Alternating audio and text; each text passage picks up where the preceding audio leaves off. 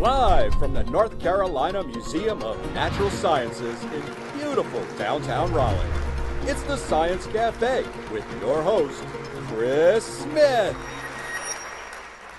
All right, everybody. Good evening. Hi, and welcome to the Science Cafe. That's right, I'm your host. My name is Chris.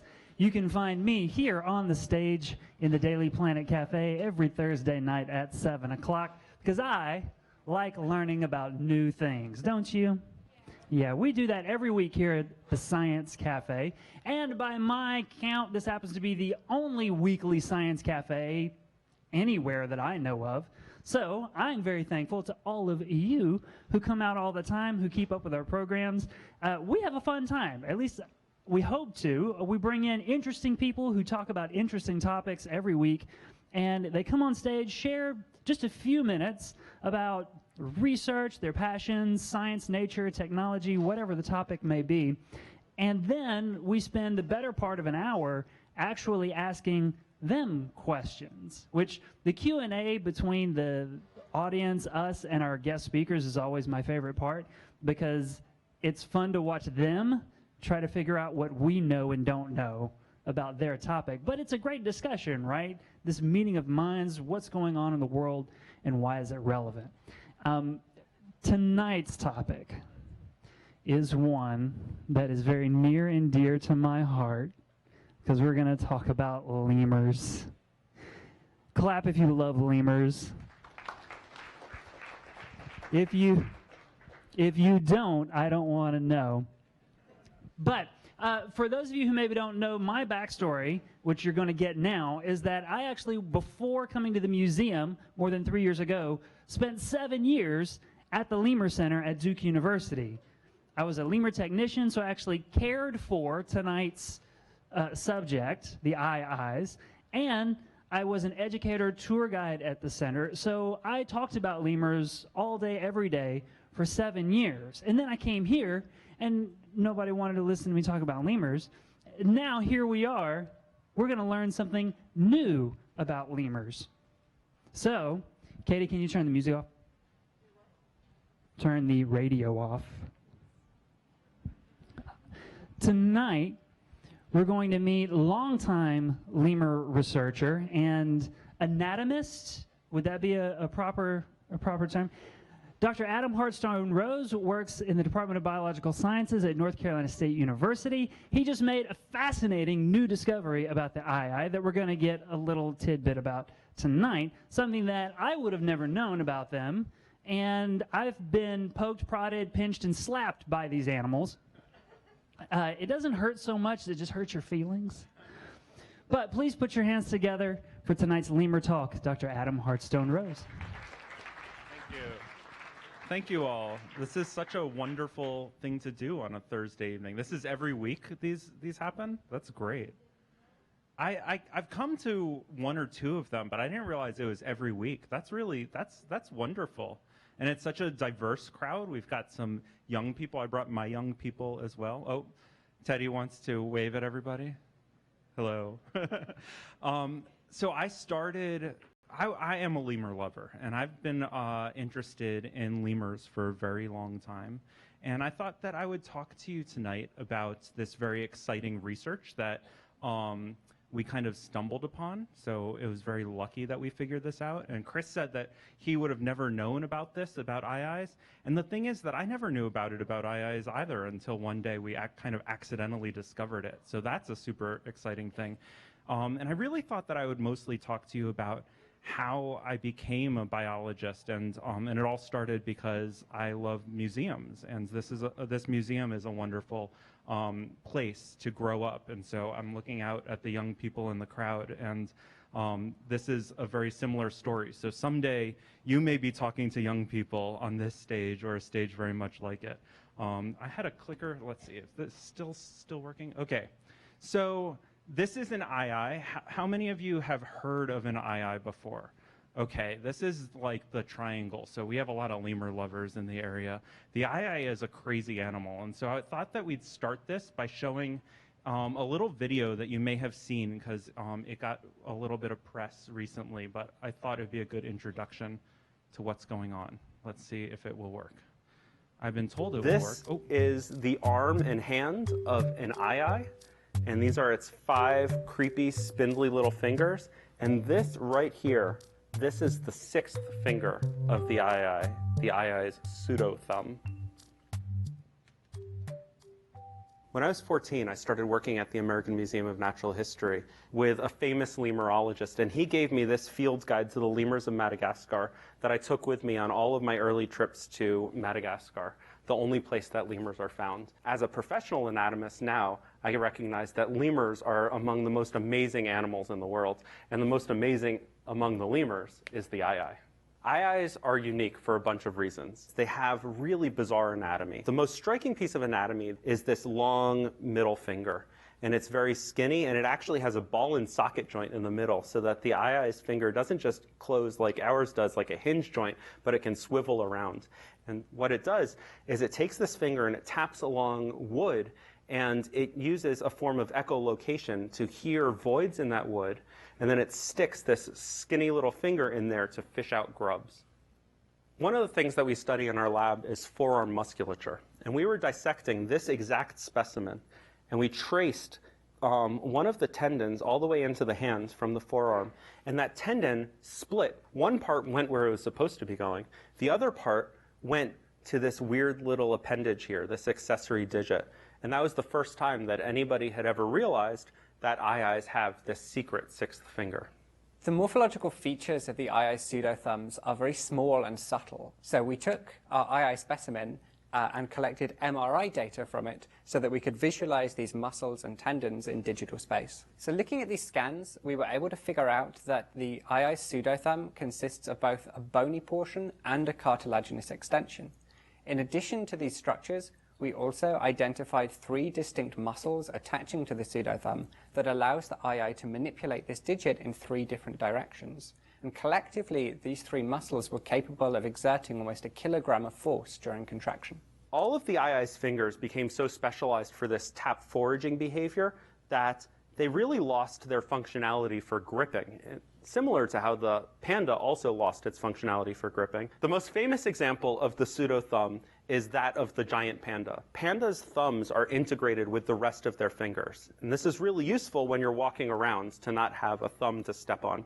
But while this is useful for walking, it's not very useful for grabbing stuff. And since pandas need to grab bamboo, they had to have some kind of structure to help them do that. And rather than having that thumb be opposable again, what they developed was the pseudo-thumb sticking out of the wrist. And the pseudo-thumb of the panda has the exact same bone and muscles that we find in the pseudo-thumb of the eye. As an evolutionary biologist, it's really exciting to be able to document this amazing example of convergent evolution. And as somebody who's been passionate about lemurs for a really long time, it's super exciting to be able to find a piece of anatomy in a lemur, and especially the weirdest lemur of all. It's really a dream come true. So this was a video that was put together by Adrian Smith.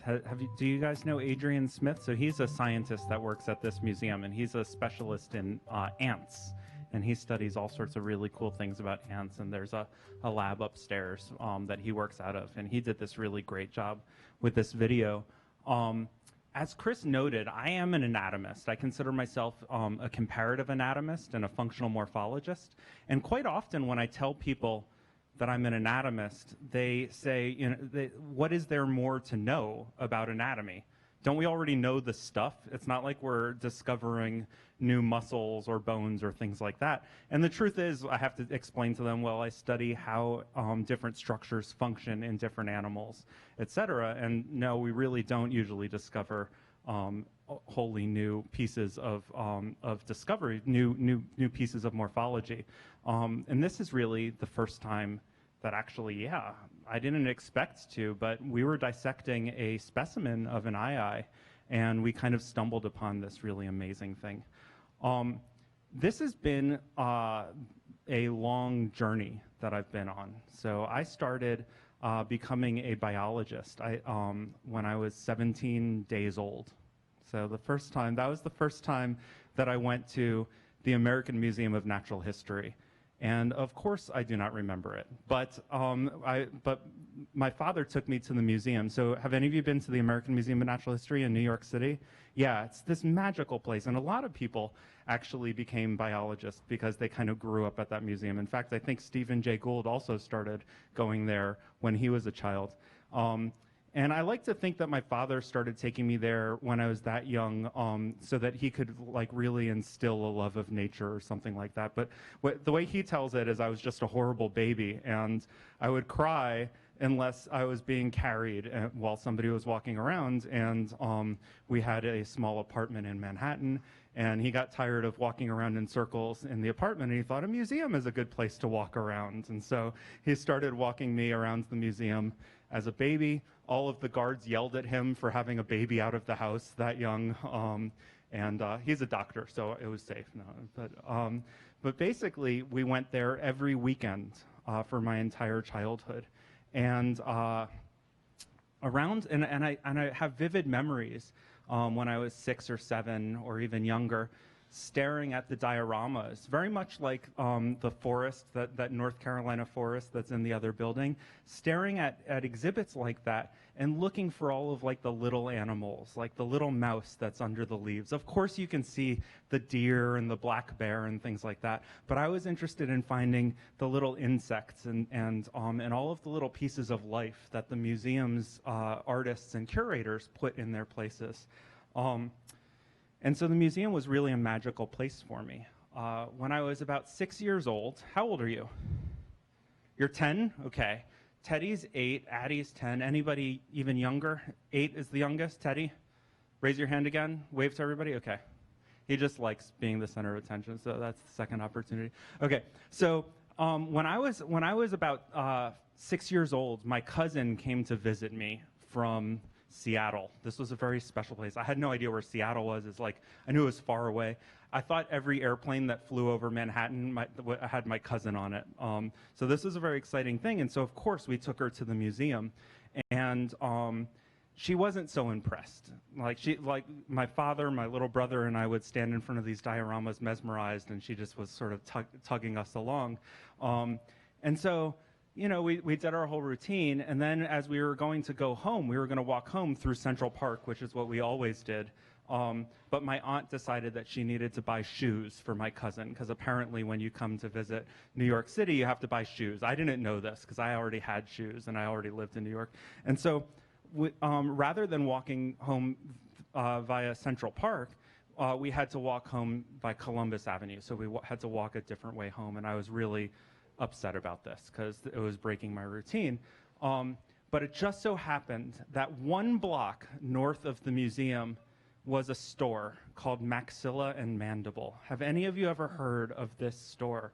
We have one person, Maxilla. Do you guys know what maxilla and mandible is? So maxilla is the upper bone, basically the upper jaw and the lower jaw, the maxilla and the mandible. And this store is called Maxilla and Mandible. And in the window of that store was a skeleton of a zebra, and there were like African masks and taxidermy and puffer fish and shells and birds and all of this amazing stuff right there in the window.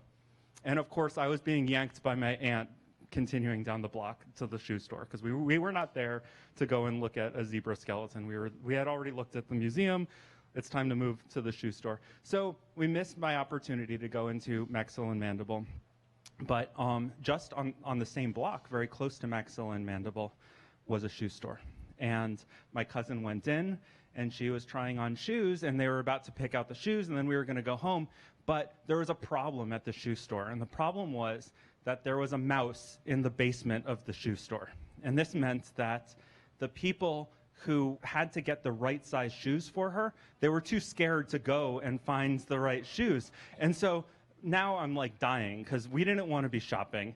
My brother and I are throwing a fit, probably stomping our feet. My cousin's sitting there. She doesn't want to be sitting around, and they're just not getting her the shoes. And so my dad pulls us out of the store, and we walk a couple doors down, and I walk into Maxilla and Mandible.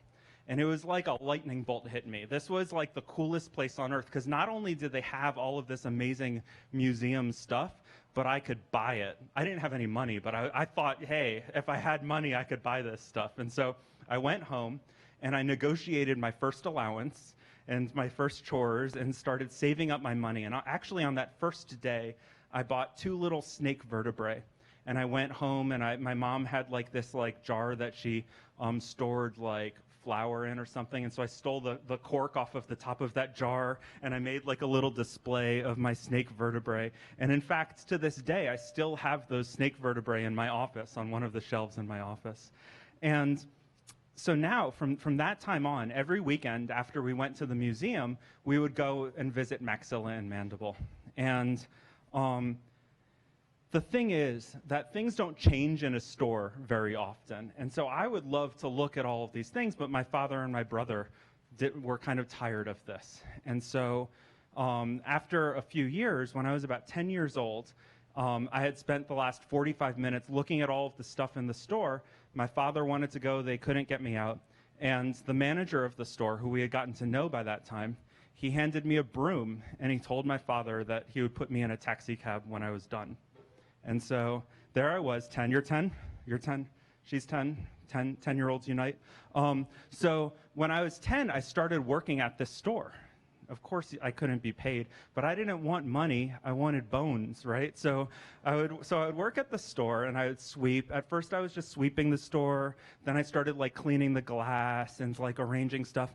Pretty soon, they started teaching me how to put teeth in skulls, and eventually how to use like a beetle colony to like make skeletal materials. I learned how to mount insects to make them beautiful, to sell for $100 to the rich people in my neighborhood. So, and then eventually I was this cute little kid. I was still cute like you, and so the people liked to buy stuff from me. Eventually, like when I became a teenager, I wasn't so cute anymore, so that's when I really started putting skeletons together and making casts and things like that.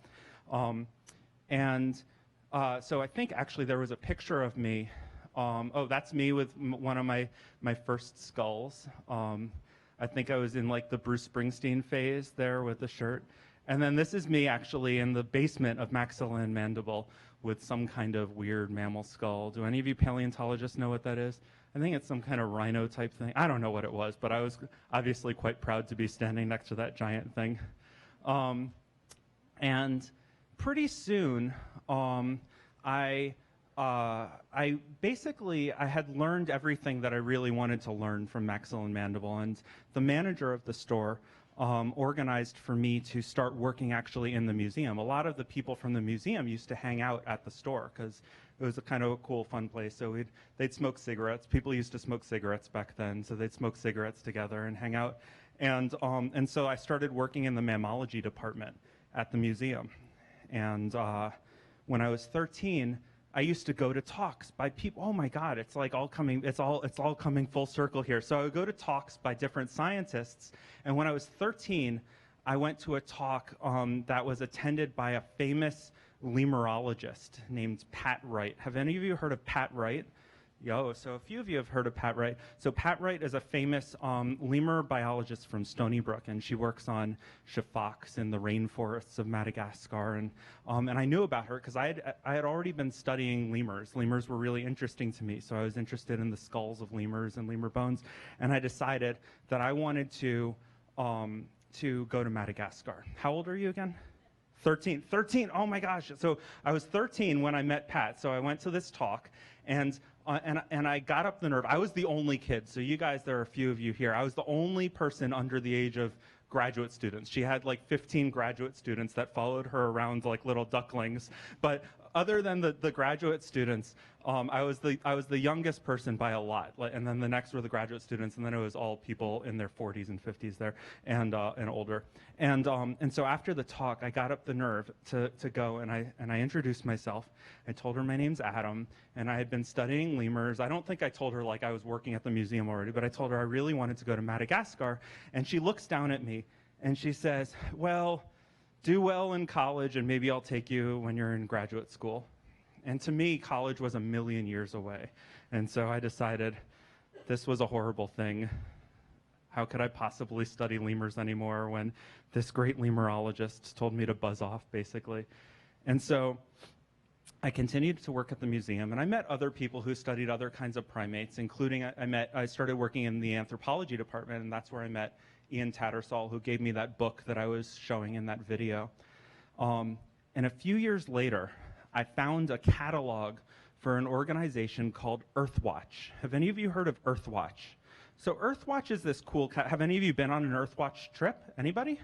So Earthwatch is this neat trip or this neat organization where you can go and like help scientists with their work all over the world. And so you pay a little bit of money and it covers like some of your expenses, and it also helps like fund the science as well.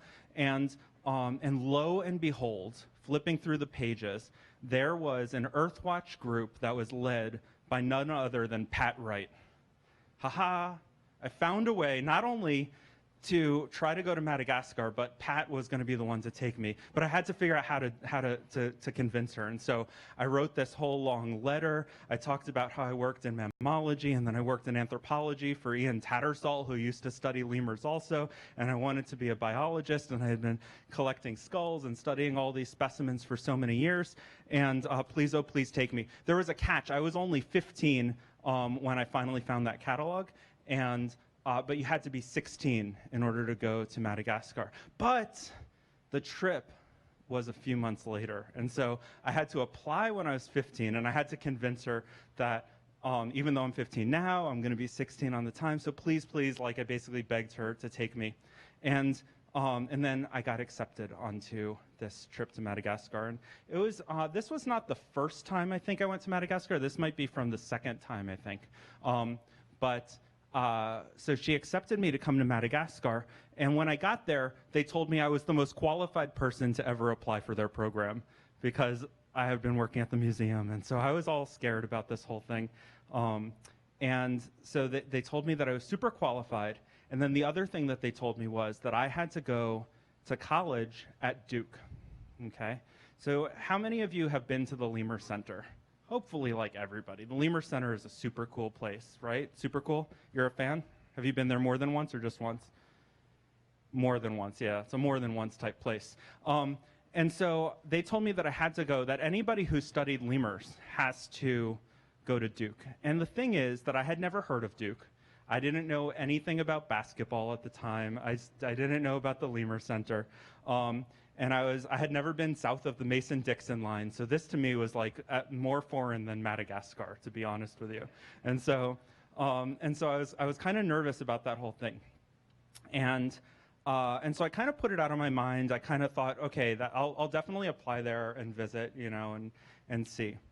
But the problem was that, so I went to Madagascar that first time when I was 16, but the thing is that we went during the dry season in Ranamafan, because it's the rainforest, and all the other seasons it's really wet. And so this time it only rained like 12 hours a day instead of 16 hours a day or something like that. And so we went during the dry season, but the thing is that the dry season in Ranamafan is in October. And so I missed 3 weeks of school in my junior year of high school, which was kind of a problem. They were really mad because I missed my PSATs. Do they still do PSATs? Does anybody? Yeah, they do PSATs.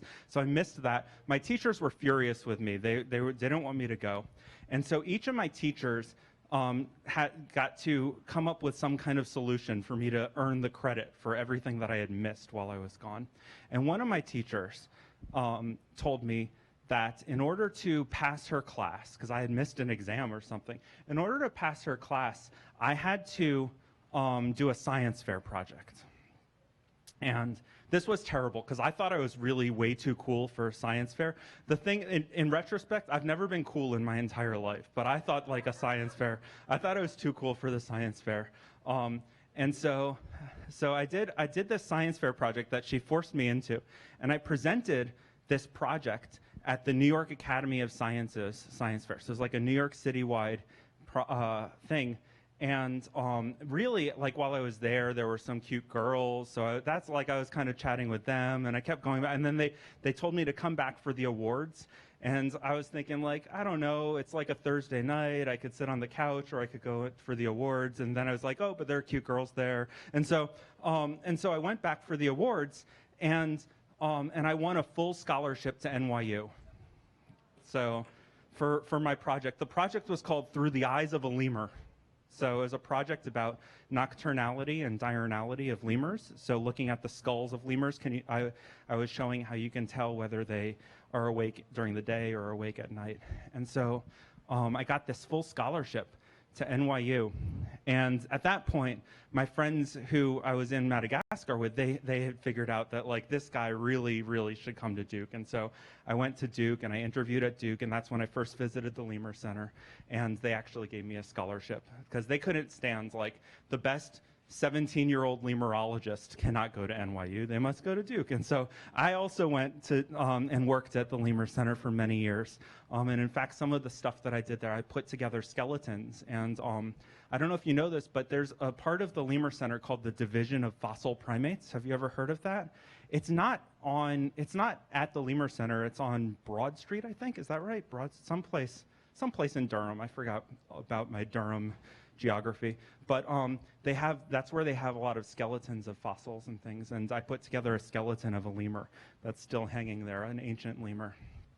And so I went back to Madagascar every summer while I was in high school and into the time when I was in college. So this is me. I think I was 17 years old here. My wife hates it when I put up this picture of me kissing a lemur. It's very unprofessional. This is when I got lemur pox. No, I'm just kidding. I got no diseases from the lemur. What kind of lemurs are these, by the way? Does anybody know? Yeah. What's that? The top photo? Yeah, what's the top photo? So that's a really good guess. So, well, first of all, there's the easy one, right? What's the easy one? The ringtail, the ringtail. There's only the ringtail that you can know. So this is a shafak. It's very much like a cockerel shafak. This is called a Varro's shafak. So it's similar to the shafaks that they have at the Lemur Center. What's the big difference between this and the cockerel shafak? Can anybody tell? How well do you remember your shafaks? So the cockerel shafaks have kind of like chestnut brown on their shoulders and arms and on their thighs, and these guys are more of this sort of white color. They're really sweet. They don't actually really like people, but they like that banana, so I made it look like he liked me. Okay. Don't kiss lemurs, kids. Okay. So I went back to Madagascar a bunch of times when I was a teenager. Oh, and here, this is a picture of me the night that I got that scholarship to NYU. I was really cool. Look at that. I had a jacket and a t-shirt on. That was like the t-shirt for the New York Academy of Sciences. So like I was doing something. This is the 90s, right? So that's the way you look cool. And you can see my mom's like perm in her hair from, I guess it was early 90s perhaps. And so that's my project, Through the Eyes of a Lemur. And I went back to Madagascar a bunch of times, including when I was in college. I went back as a graduate student as well. And in fact, I've taken students with me back to Madagascar as well. And so I've been studying lemurs for a very long time. And as I said in the video, what we've been studying is really we study the masticatory anatomy, so how animals are adapted for the diets that they eat. So we can look at different animals. I also study carnivores as well, so we could look at like a tiger and tell that it's adapted for eating large animals. We can look at things like pandas and like study how are they able to produce enough force to chew through bamboo. We can look at different types of lemurs like the shafaks and tell that they're adapted for eating leaves. Whereas these types of lemurs, anybody know what kind of lemur this is? A black one. You know what? It is not only a black one, this is called a black lemur. So this is the black one. So the male is the black one, and then the brownish one is the female black lemur. And so we can tell that these guys are adapted for eating fruits. So in addition to studying the masticatory muscles, so the muscles that allow you to eat, we also study the forearm muscles. So the muscles that are in your forearm, so this part of your body, right? That's where most of the force that you produce in order to grab. So like when you're moving your fingers around, if you feel your forearm, you can feel all those muscles firing underneath there. And so there's a little bit of hand meat, a little bit of muscles in your hand, but most of the force for closing your hand is in your forearms. And so we study how those muscles are adapted for animals that exist in the trees versus like monkeys that walk on the ground, or animals that cling vertically to trees versus monkeys that climb like on the top of branches and horizontally. And so we've dissected in the last about few years, the last 3 or 4 years, my students and I have dissected about 200 different primates. So we've had gorillas in the lab, we've had chimpanzees, and then everything down to little mouse lemurs, so the smallest primates in the world, and pygmy marmosets, or these little South American monkeys, and everything in between. And so we're able to study how their feeding apparatus works and how those forearm muscles work. And there's been one species that we've really wanted to study for a long, long time, because there's one type of primate that has the craziest of all hands, right? And so for a long time, we wanted to study eye-eyes. And the thing about eye-eyes, so there's a few things about eye-eyes, but the thing that was really problematic for us is that eye-eyes are super rare in captivity. In fact, I think right now there are only about 20 of them in the United States. I think the biggest colony of them is at Duke. Do you know if I think that they have the largest colony.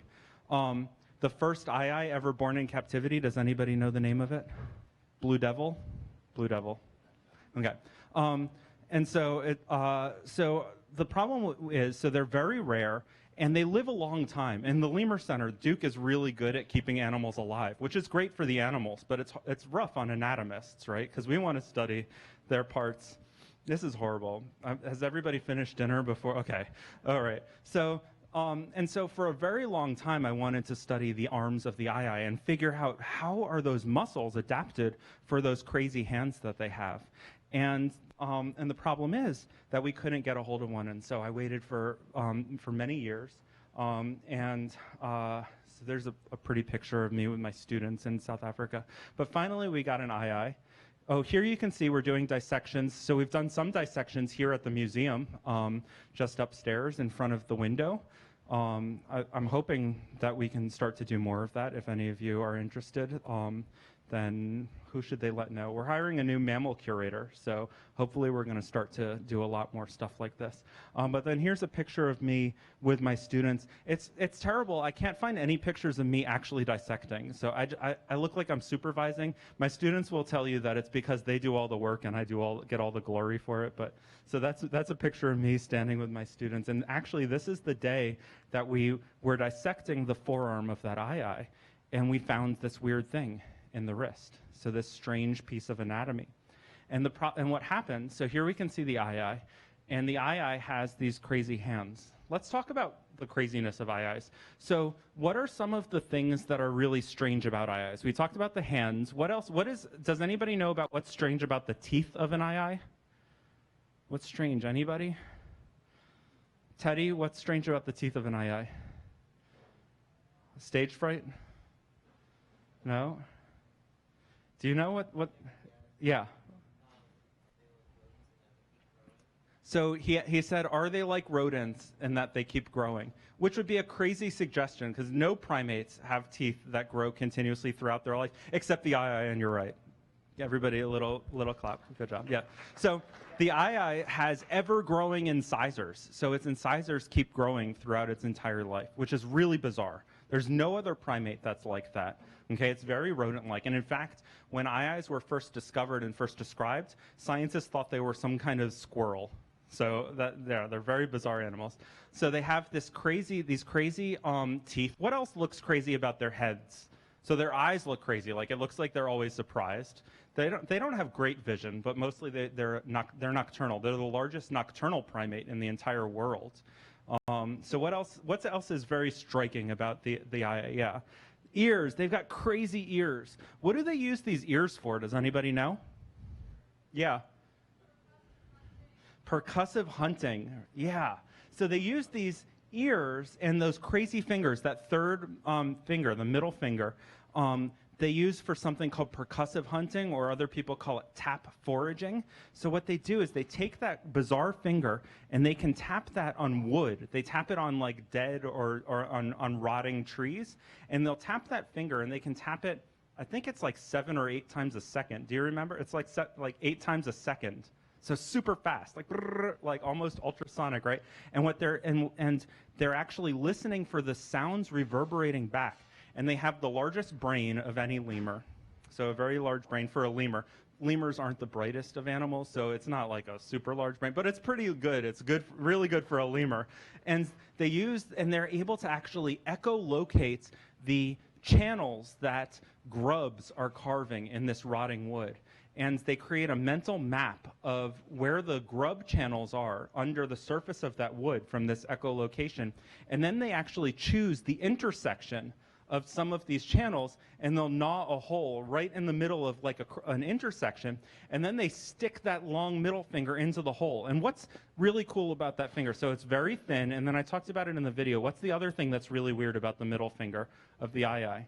Yeah, it has a ball and socket joint in the middle of it. It's the only primate that I know of. Is there any? I don't know of any other animal that has a ball. So your fingers have what's called a hinge joint, right? So it just goes in the one plane. And if you tweak your finger in the wrong direction, like bad things, talk to your orthopedist about that, right? But for the eye, they can actually move their finger like a shoulder joint. So they can spin it in a circle. And so they'll stick their finger into that hole that they carved with those ever-growing teeth, and they'll fish out grubs. And it's like, it's terrifying to watch, like in close-up, because they'll go through like one hole and they'll snatch up the grub with that claw, and then they'll go down like the next hole, and they're relentless. It's like the Terminator going through there, but in like microscopic size. So that's really bizarre. So they've got other bizarre anatomy. So they've got that big bushy tail. They're the only primate with inguinal mammaries. That means that their nipples are between their legs. I no idea why that is, but that's a thing. So yeah, really strange animals, very strange. And so they have these amazing hands, and we wanted to study the anatomy of the forearm to figure out how those fingers worked. And we discovered something kind of remarkable before we discovered that sixth finger. The first thing that we discovered that was really remarkable is that ii forearms, I get very excited when I talk about iis. I'm sorry if I've been causing a lot of feedback. So ii forearms have the exact same muscles as all other lemurs. There's nothing interesting about the forearm of the ii, which is really strange. So all of that crazy gymnastics that they do is really mostly about the very small control muscles in the hand itself. And so as we traced one of these muscles down into the hand, we discovered that it's split. And this is the muscle that it's called abductor pollicis longus, which sounds like a really crazy and scientific thing. But it's if you were in ancient Rome, it would be simple, because it's just Latin for abduction, which means to take away. So when you move something away from the body, that's called abduction. I always teach my students, it's like when you're stealing a small child, you're abducting it, so you're taking it away. So that's abduction. And then adduction is moving it in. So it's called abductor pollicis, so the thumb is called the pollex, and longus because it's a muscle that's outside of the hand itself. Okay? So abductor pollicis longus is the muscle that allows us to hitchhike. So it's the muscle that you use to move your thumb out like this. Okay? And in the ii, 80% of the tendon of that muscle went straight to the thumb. So theoretically, the ii could hitchhike, but honestly, would you pick that thing up? I certainly would not. I'd maybe run over it, but not pick it up. Okay, but so it can abduct. Oh, Chris is hurt. He's wounded. Wounded. No, I wouldn't run over an ii. I would never do such a thing. Okay, but so it can abduct its thumb, but 20% of that tendon went to this little nub in the wrist. And so there's a little bone there called the radial sesamoid. Humans don't have this, but some other primates have this. Just a little bone in the wrist. And as we looked at that bone, we found that it had a little piece of cartilage on the end. So it was kind of a little bit longer. And then so we started studying it a little more carefully, and we found that there's another muscle that attaches to it over on the front of the hand. And so this muscle can do what's called opposition. So when you have your thumb, you can abduct it, so pull it out, adduct it, pull it in, extend it is like go backwards. That's not really good, like going like that. And then the other thing that you can do is what's called opposition. So humans have a lot of opposability of their thumbs, right? That's a very human thing. It's what allows us to text message so well, right? So opposition. And so iis actually have a little muscle that will allow them to oppose this pseudo thumb, to bring it across. So like bring that little thing towards the pinky. And then they have one other muscle that allows it to adduct the pseudo thumb. So a muscle that went over from the thumb to that little nub. And so it has a bone and a piece of cartilage and 3 different muscles to move it in 3 different directions. And then the coolest thing about it, I don't know if I have a picture of this. Let's see if I plan to, oh God, oh yeah. So I wanted to show, if you, just in case you thought iis were cute, like this is the real litmus test. If you think this is cute, then you've got something going on, like that, yeah. It's like, the only way that this could be cute is if it's so ugly it's cute. It's like a gremlin. Like, doesn't it look like, it looks like, how I described it to one newspaper interview, that it was like something that Jim Henson, you know Jim Henson from the Muppets? Like Jim Henson trying to bring to life one of Edgar Allan Poe's creations. That's what an eye is like here. And so this is a baby eye. It's horrible. Okay. Oh God, it's getting worse. It's getting worse.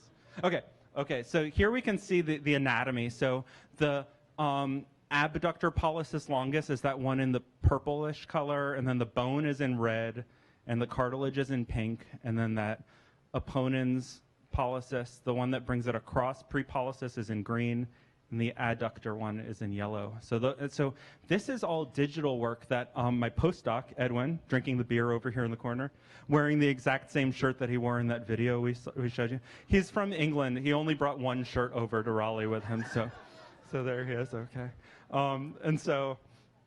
So Edwin does all of the digital work in our lab. I'm very primitive in my science. I like to sort of cut stuff and like pull it apart. Edwin would prefer to sit at a computer screen and make magnificent things like that, and so he's really great at that.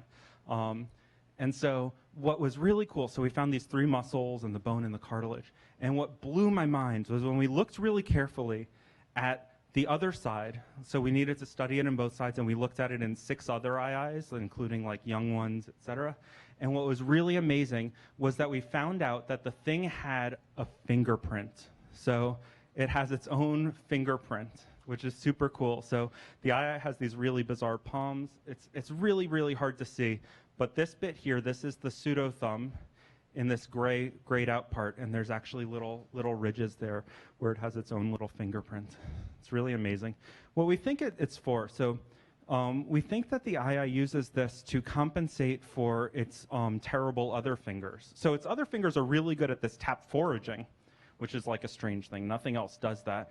But by having really long, spindly fingers, it means that those fingers aren't really good at grabbing stuff, right? So like long, skinny things are good for movement and for doing like that fishing stuff, but they're not strong enough to help it with its like grabbing onto tree branches or grabbing small objects. And so we think that the eye evolved this extra special 6th digit in order to compensate for those very spindly other fingers.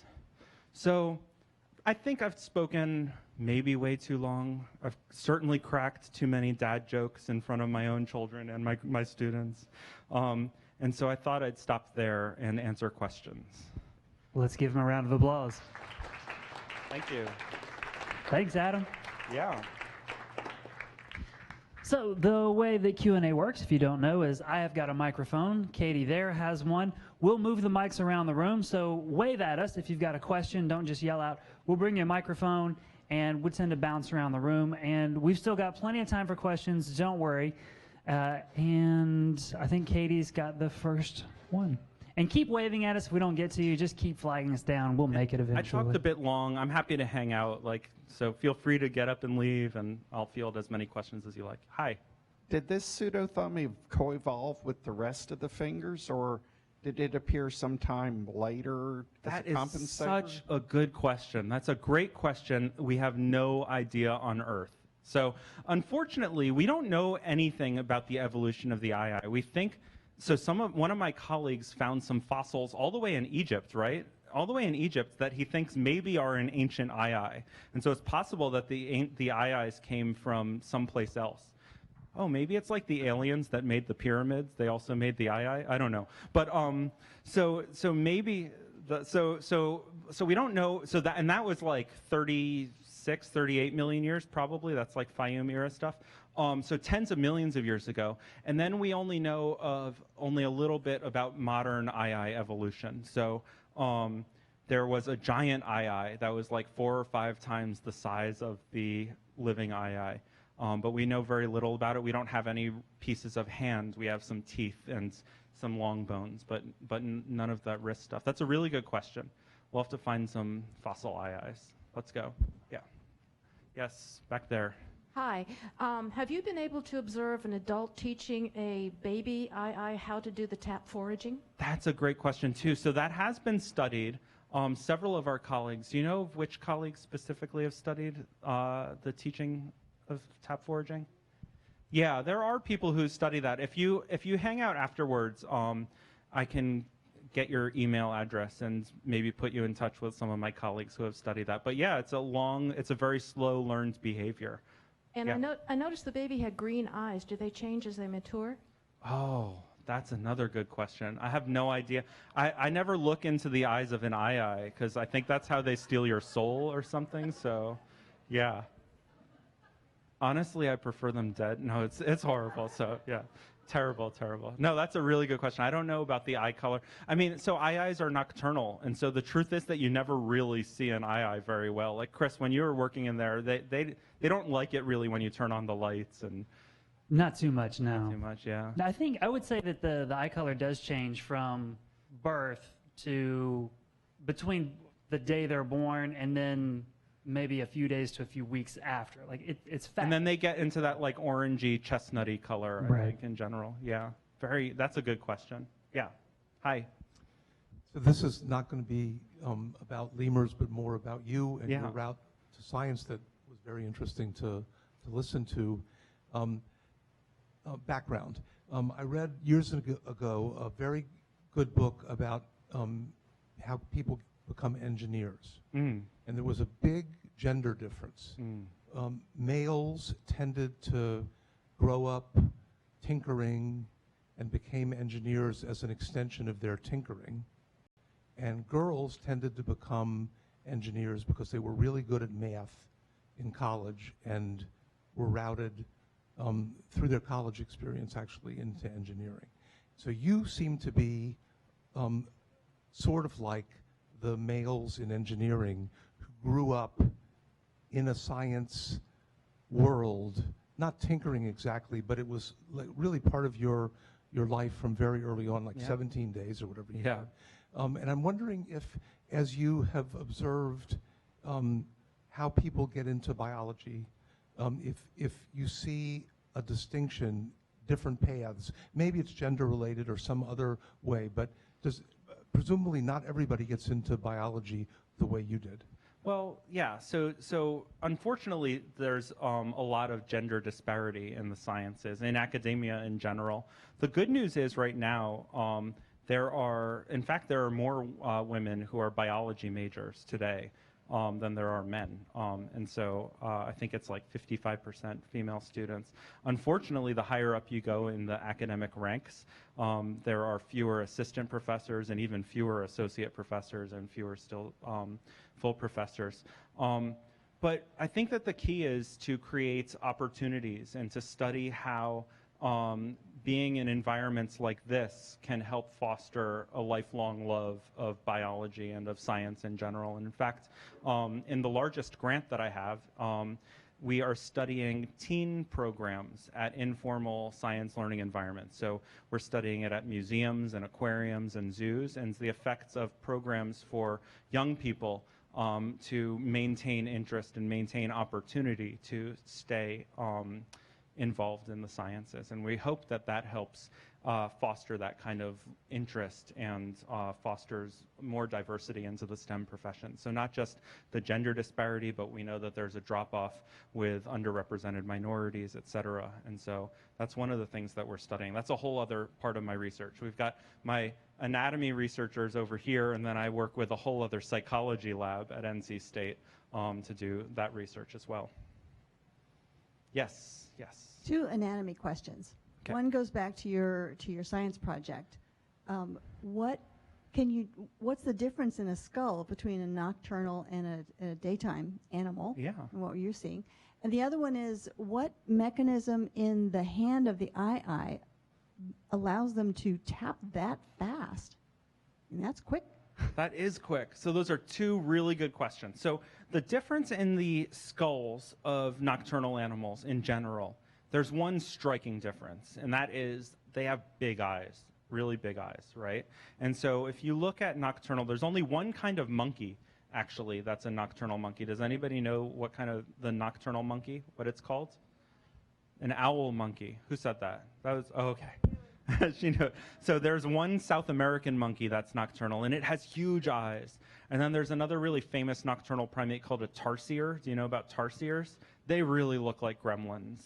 Like, they're not, I don't think they're anywhere near as ugly as an eye, but they're pretty, like, they always look startled, right? And so they have really big eyes. In fact, tarsiers, each eyeball is larger than its brain. So that's how big the eyes are.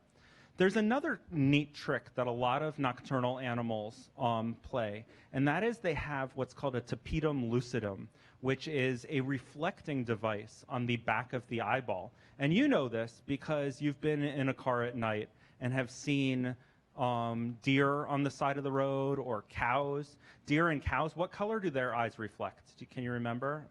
Green. And then carnivores, what color do their eyes reflect? Like your cat or your dog at home, do you know? Yeah, like reddish, yellow, like in that warm spectrum. And so this is a special structure on the back of the eyeball. And what this does is it allows light to, so you are able to see because you have all these receptors on the back of your eyeball. In fact, they're facing backwards, which is a whole other conversation. But you have all these receptors on the back of your eyeball, and the light comes in, and when those photons hit those receptors, that's how your brain is able to perceive them. And animals that have the tapetum lucidum, they get a second chance at those photons. So they come in, and then as they, and if they don't hit the receptors, they bounce out, and they might hit the receptors again. And so they're able to kind of double the chance at that. Most primates don't have a tapetum lucidum except for the strepsirrhines, so the lemurs and the lemur-like primates. But higher primates like tarsiers and owl monkeys, and you and I, if you shine a light in our eyes at night, we don't glow unless you're possessed by the eye who stole your soul. And so we have those kind of things. But really, the big hallmark, like when you're looking at a skull, you look to see it. Does it have really disproportionately large eyes?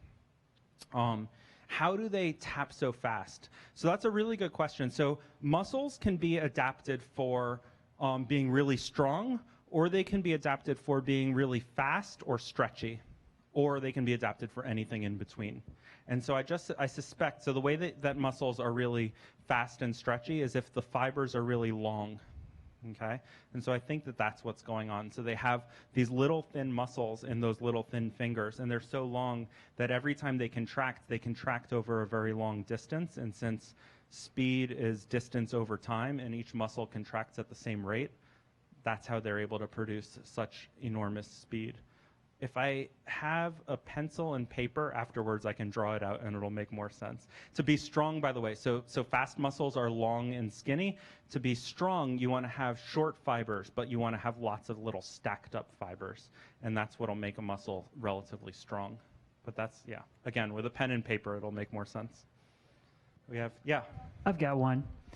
How come nobody's found this before? I mean, you mentioned that there's not very many in captivity, so they're hard to get for what would be invasive study like this. But people have been studying and interested in eyes since, I don't know, since Linnaeus. Yeah, long time.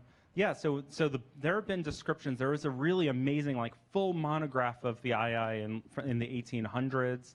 And even if you go back and look at the skeletons of the eyes, you can see that little bone. So, like, they're preparing the skeleton, and just nobody noticed. What's super embarrassing, and what I don't like to tell anybody, but since Chris pushed me in this direction, I'll tell you, is I published a paper on an eye dissection in 2014, 2015, and we dissected the eye, and we dissected the forearm and part of the hand, and I didn't notice it back then. And what's ridiculous is we went back to the photographs of those dissections, and there it was, staring me in the face, like it was right there. And I didn't know, because it was just such this weird thing. So I think the proper answer for why nobody noticed it, aside from the fact that they're really rare and very few people get a hold of them, is that the rest of their hand is so distractingly strange. So when you look at the hand of an eye, you start to really think about these crazy long fingers and that flexibility, and how does it act so quickly, and looking at all those muscles. And so you're focused all on this area of the hand, and there's just a little nubby thing down here, and we just missed it. It's crazy. I mean, there's actually one of my colleagues, I'm not going to name them, but there's been one of my colleagues that actually wrote a dissertation on the anatomy of the hand of the eye, and missed this. So It's not good. And I'm as guilty as anybody because I am one of the few people who has looked at this before and completely missed it. Yeah. So eyes use their hands a lot and they drum their fingers really fast.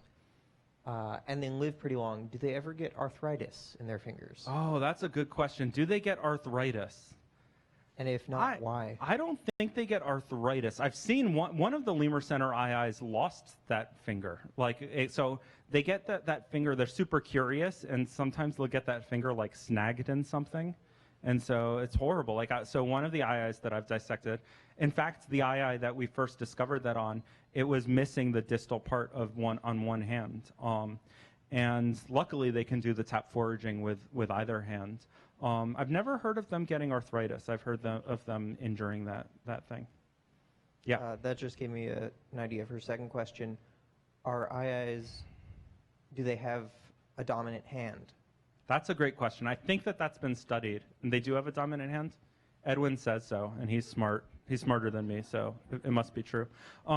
One of the things that's really cool that I didn't mention is, so that long, skinny middle finger is not the longest of the eye's finger. So the eye's fourth finger is even longer than its third finger. In fact, the hand takes up 40% of the length of the eye's upper limb, which means that if the eye had the same size arms as we do, its fingers would be like a foot long. So crazy. But that fourth finger is even longer, and it's more robust. It's more stout.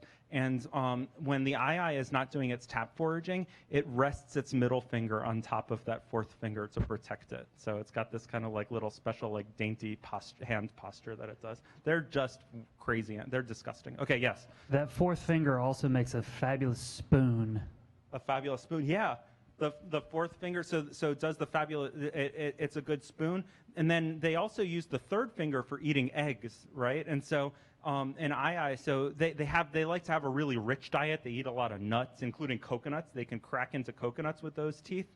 And I once saw, a long time ago, they had a brass padlock in the eye's enclosure. And the eye was really curious about like the mechanism inside the brass, and it couldn't get its finger into the lock hole. And so the eye actually took slivers of brass off of the thing. And then they were like, okay, we need to switch this to steel because this is not going to work. So they have this really, really amazing, powerful, and they're very curious. But the way that they eat an egg, you have to Google it. You have to go on YouTube. They'll bite a little hole. They'll flip it around to try to find the optimal part. Then they'll bite a little hole in the end, and they take that third finger and they do like a.